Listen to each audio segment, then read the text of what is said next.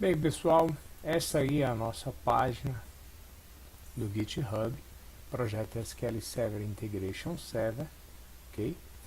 E aí você tem a URL com os pré-requisitos para que você possa baixar tanto o Integration Service, como também baixar aí o SQL Server Data Tools. O objetivo do curso é realizar a importação de um arquivo CSV, apesar de nós podermos também importar outras estruturas de dados, tá? As tabelas que nós temos para o projeto são essas aqui que estão destacadas. E aqui nessa primeira guia nós temos o código-fonte do projeto com opções para você baixar um zip ou então clonar o repositório utilizando o GitHub.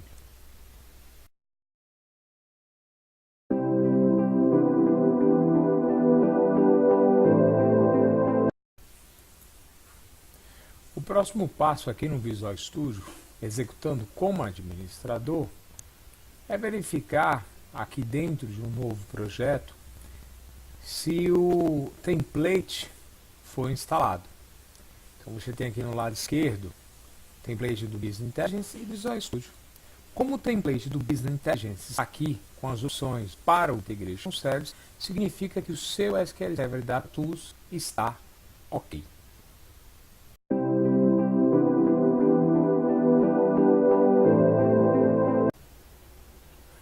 Bem, agora aqui dentro do Visual Studio, a gente vai criar um novo projeto. Vamos marcar a opção do Business Intelligence, definir aqui a localização do nosso projeto e colocar um nome para ele. Este aqui vai ser o nosso projeto inicial. Marca a opção para criar o diretório para Solution. Vamos mudar também a versão do .NET Framework. Vamos deixar setada a 4.5.2, tá? Essa vai ser a versão que nós utilizaremos aí para o nosso projeto. Lembrando que essa versão do .NET Framework vai impactar para os nossos scripts do Visual Studio, ok? Nesse momento, vamos apenas deixar marcada aquela opção.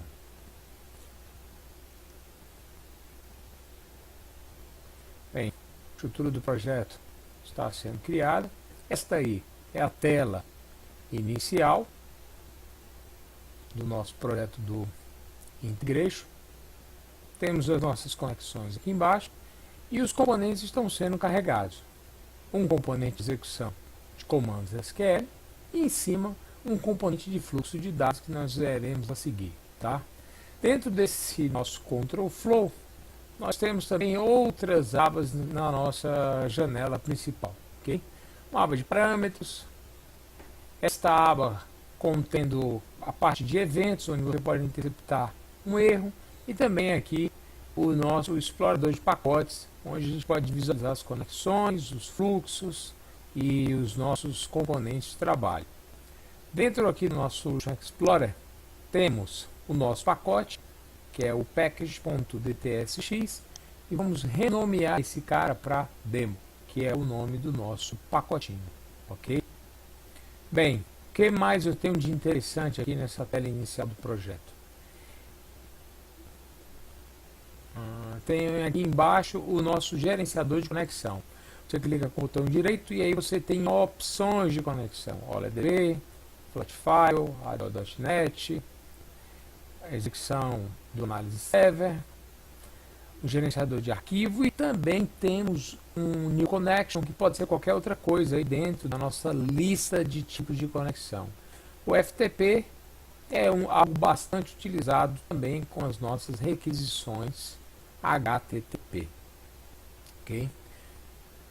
Então vou dar um OK, vou simplesmente deixar selecionado e são todos os tipos, né, que o Integration suporta.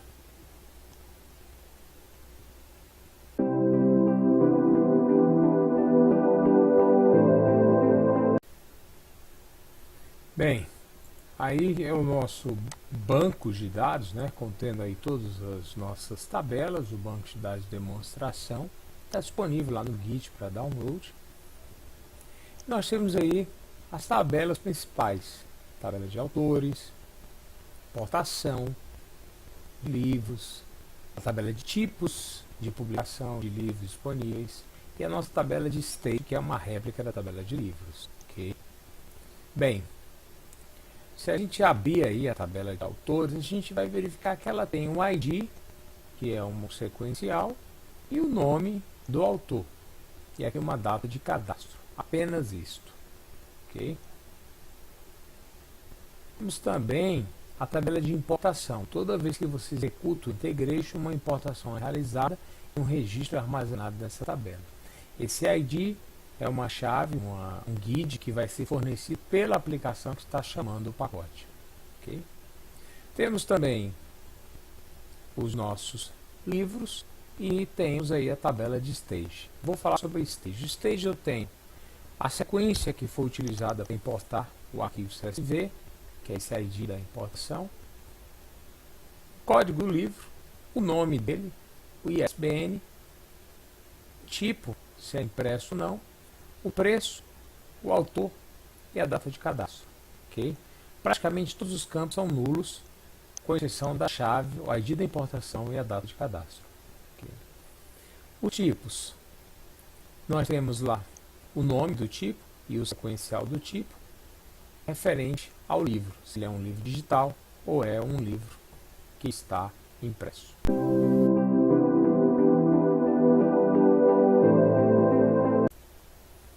Bem, esse aqui é o nosso projeto dentro do Visual Studio. Nós vamos criar agora uma conexão do tipo flat file. Vamos selecionar o nosso arquivo CSV, que está dentro da pasta temp. Ok? Só vou dar uma renomeada no nome do arquivo, ele está livros CSV. Ok? Ok. Aí ele já trouxe o PF para mim, já mapeou também o data type do arquivo, porque eu salvei como TF8, na hora de salvar as propriedades do arquivo. Tenho também a página, que é definida de acordo com o tipo de formato, se é ANSI ou TF8, o idioma, e nós temos aqui as colunas que foram carregadas e identificadas pela ferramenta. Temos aqui o delimitador que foi utilizado, ele já identificou que foi a vírgula, e um preview do conteúdo do arquivo. Ok? Todas as colunas estão aí. Na parte avançada, nós podemos definir o tamanho, esse foi o tamanho que veio, mudar o tipo de dado, ou mudar o nome da coluna, ou então clicar em sugerir tipos, e ele vai fazer então análise do conteúdo e vai inferir o tipo de dado de acordo com o conteúdo que foi carregado. Para isso, ele pode analisar as 200 primeiras linhas e descobrir qual o melhor tipo se aplica a esta tabela. Aqui ele mapeou por inteiro, o ISBN ficou com 17 posições, o nome com esse tamanho, eu posso vir aqui aumentar, porque ele só pegou as 200 primeiras, né? O tipo é isso mesmo, o preço mudou para float, e o autor também vamos mudar para 60 caracteres, de acordo com o que está lá na nossa base de dados. O preview continua sendo o mesmo, e agora é só dar um OK.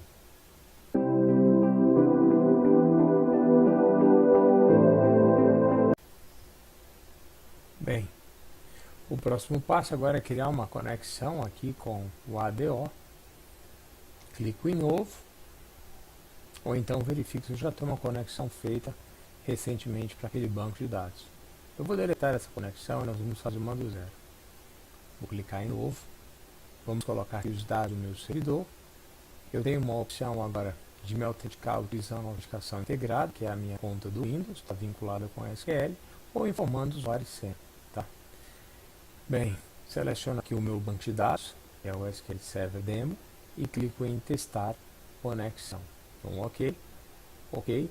Agora minha conexão está salva para ser reutilizada no futuro. E aí, executo um OK, o processo está finalizado.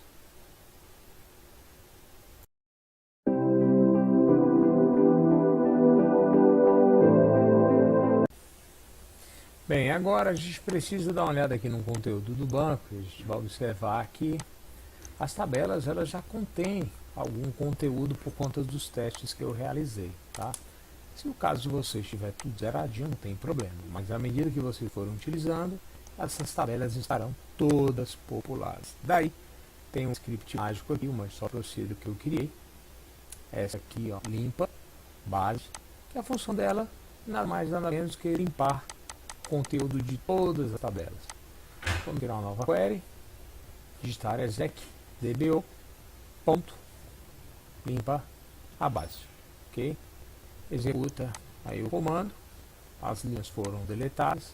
Daí, na hora que você for verificar agora o conteúdo armazenado nas tabelas, tá tudo limpo, sem praticamente nada disponível.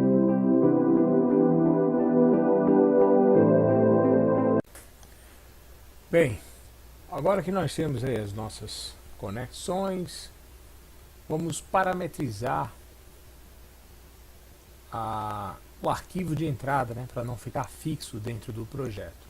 Selecionei lá Connection String, vou definir um nome para esse parâmetro, tipo um CSV file. Um detalhe, vamos marcar o escopo com o escopo de projeto e dizer que o parâmetro é requerido. Tá? No escopo de projeto eu posso reaproveitar esse parâmetro para um outro pacote que eu tenha. Vamos parametrizar agora a conexão, já lá Connection String, vou chamar de SQL Connection. Esta é a Connection String que vai ser armazenada lá, esse value tem aí. Tem o meu escopo de projeto e requerido como true. Okay? Aqui na parametrização não tem nada porque eu estou dentro do meu pacote. Vamos abrir aqui o Solution Explorer. Olha só, Project Parameters. Então eu tenho dois parâmetros aí já definidos e obrigatórios. E aqui dentro da minha package não tenho nada. Vamos criar um novo parâmetro que é o ID da importação, que vai ser informado pela aplicação que consome o nosso projeto Integration. Então eu vou ter um ID de importação, que é uma string. Eu sugiro que vocês passem um id, né, como parâmetro, e aí ponho aqui uma string e um valor qualquer, por exemplo, 1, 2, 3, 4. Só não posso esquecer de marcar esse cara como obrigatório. Então é isso aí.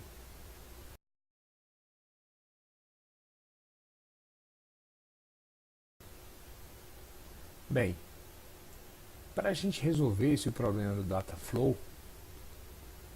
a gente vai precisar agora colocar esse componente Dataflow Task e nessa tarefa aqui setar algumas coisas, porque dentro do meu fluxo de dados agora só tem um, mas eu vou ter mais de um, ou sei lá, como se eu quiser.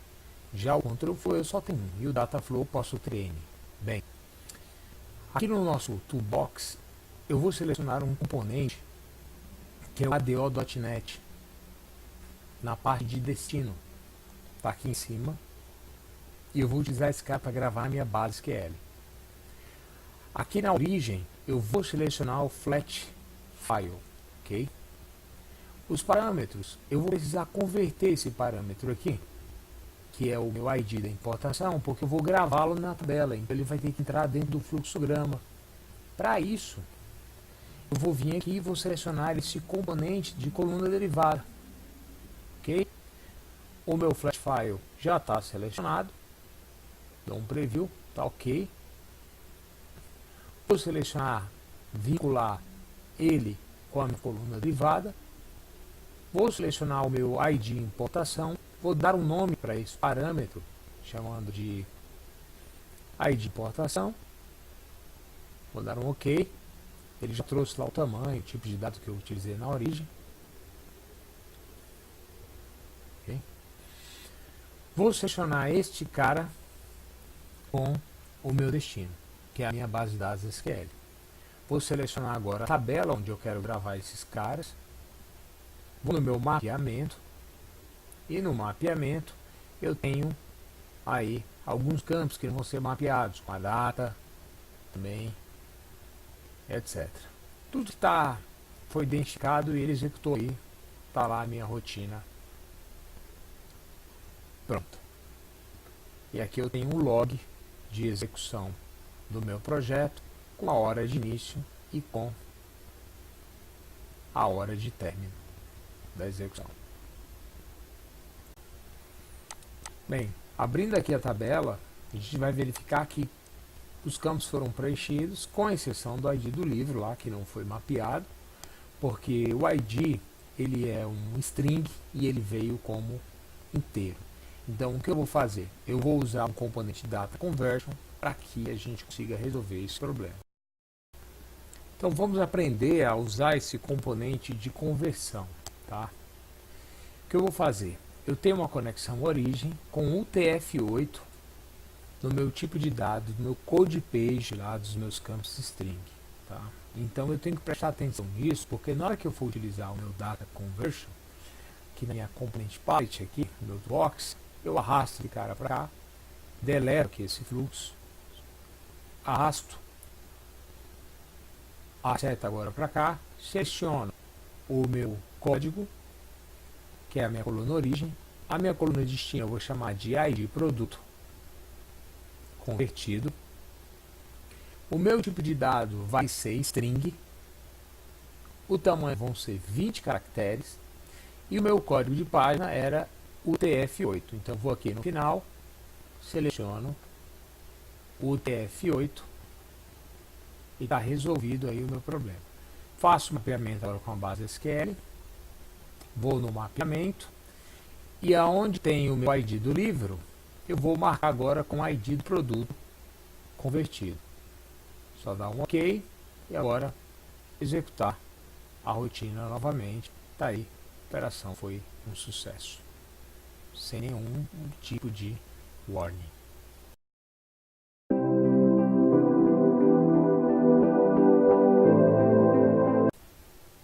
Bem, agora pessoal, para a gente terminar, nós vamos colocar mais uma tarefa aqui que é do tipo task, certo? Execute SQL task.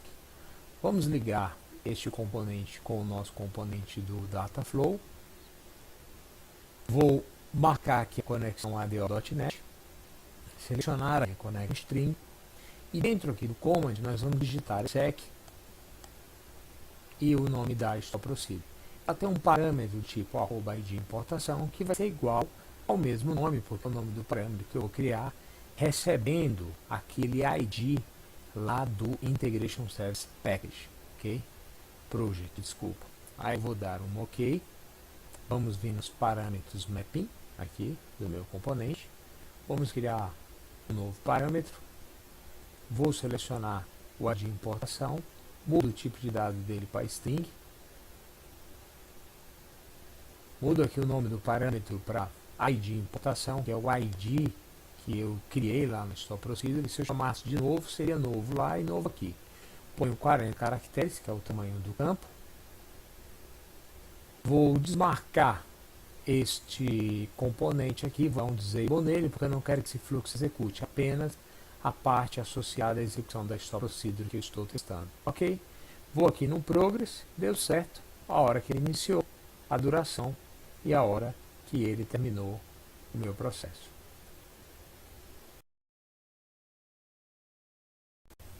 Bem, para terminar, nós tivemos aqui a importação da minha base lá com o meu ID 1234 e apesar de eu ter esses problemas aqui, por exemplo, com esse preço, com a conversão foi resolvida, né? Eu estou aqui com o preço do livro, R$ 6.990, quando na verdade ele é R$ 69,90. Quando eu venho nas minhas tabelas finais, elas foram todas populadas. Olha só, tabela populada. A tabela de importação ainda não teve uma entrada, porque nós não colocamos no fluxo. Seria colocar mais um execute task. Aqui é a minha tabela de livros. O preço ficou corrigido. E aqui a minha tabela de tipos, porque eu fiz o tratamento dentro da StopProcedure. Então eu vou mostrar para vocês aqui a StopProcedure que eu faço. Eu copio todos os meus registros, já fazendo o join aqui, eu pego todos os tipos distintos que estão dentro da minha tabela de stage, certo? Que ainda não existem na tabela de tipos. Olha só, pegue tudo daquela importação, todos os tipos distintos e jogue que não existem na tabela de tipos e jogue aqui nessa tabela, que é a tabela de tipos. Faça a mesma coisa com os autores, crie uma tabela temporária, copie todos os registros para essa tabela temporária, já fazendo o inner join com a tabela de autores e com a tabela de tipos. E agora deu um update nos registros que tiveram o mesmo ID para marcar uma data de modificação. Olha só, aqui é a minha tabela temp. Nessa tabela temp eu copiei os registros já fazendo o join entre autores, livros, aliás, tipos, né? E a tabela de stage. Tá todo mundo aqui dentro. Ó. E aí eu peguei o preço e dividi por 100 para resolver aquele problema. E agora eu fiz um update na tabela de livros para os registros que já existiam. Tá aqui a chave.